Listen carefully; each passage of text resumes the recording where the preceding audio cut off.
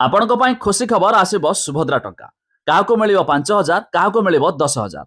ଏନେଇ ସରକାରଙ୍କ ପକ୍ଷରୁ ଆସିଗଲା ଏକ ବଡ଼ ଅପଡେଟ୍। ଭିଡିଓରେ ଜାଣିବା ଆପଣ ଜାଣିଛନ୍ତି ସୁଭଦ୍ରା ଯୋଜନା ଅଧୀନରେ ଏପର୍ଯ୍ୟନ୍ତ ତୃତୀୟ କିସ୍ତି ମିଳିସାରିଛି।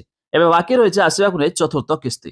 ଏହି ମଧ୍ୟରେ ପୁଣି ଆପଣଙ୍କୁ ଆସିବାକୁ ଯାଉଛି ସୁଭଦ୍ରା ଟଙ୍କା। ଆସିଗଲା ବଡ଼ ଖୁସି ଖବର। ଭିଡିଓରେ ଜାଣିବା ତା ପୂର୍ବରୁ ଭିଡିଓକୁ ଲାଇକ୍ କରନ୍ତୁ। ସବସ୍କ୍ରାଇବ୍ କରିନଥିଲେ ଏବେ ସବସ୍କ୍ରାଇବ୍ କରି ପାଖରେ ଥିବା ବେଲ୍ ଆଇକନକୁ ଦବାଇ ଦିଅନ୍ତୁ।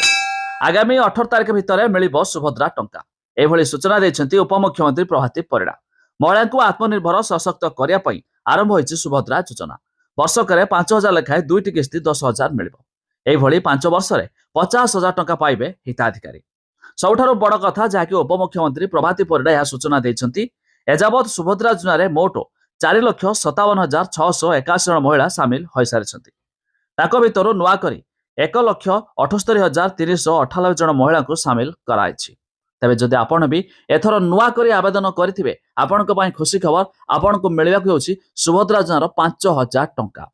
ତା ଛଡ଼ା ଏହା ବି ଜାଣି ରଖନ୍ତୁ, ଅନେକ ହିତାଧିକାରୀ ଅଛନ୍ତି ସୁଭଦ୍ରାର ଗୋଟିଏ କିସ୍ତି ପାଇଛନ୍ତି ଆଉ ଦୁଇଟି ପାଇନାହାନ୍ତି।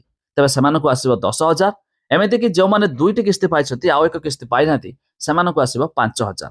କିନ୍ତୁ ଯେଉଁମାନେ ଏପର୍ଯ୍ୟନ୍ତ ଥାର୍ଡ କିସ୍ତି ପାଇସାରିଛନ୍ତି, ଚତୁର୍ଥ କିସ୍ତି ଅପେକ୍ଷାରେ ଅଛନ୍ତି, ସେମାନଙ୍କୁ ମଧ୍ୟ ଟଙ୍କା ଆସିବନି।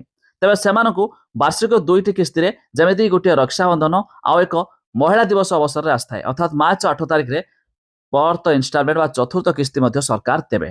କିନ୍ତୁ ଏଥର ଯେଉଁମାନେ ନୂଆ କରି ଆବେଦନ କରିଥିଲେ ସେମାନଙ୍କୁ ମଧ୍ୟ ଆସିବାକୁ ହେଉଛି 5,000 ଟଙ୍କା।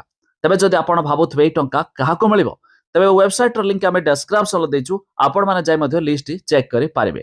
ସବୁଠାରୁ ବଡ଼ କଥା, ଏହି ଟଙ୍କା ପାଇବା ପାଇଁ ହେଲେ ଆପଣଙ୍କୁ ଡିବିଟି ଏନେବଲ୍ ବ୍ୟାଙ୍କ ଆକାଉଣ୍ଟ ରହିଥିବା ନିହାତି ଜରୁରୀ। ନଚେତ ସରକାର ଟଙ୍କା ପଠାଇଲେ ବି ଆପଣମାନଙ୍କ ଖାତାରେ ଜମା ହେବ ନାହିଁ।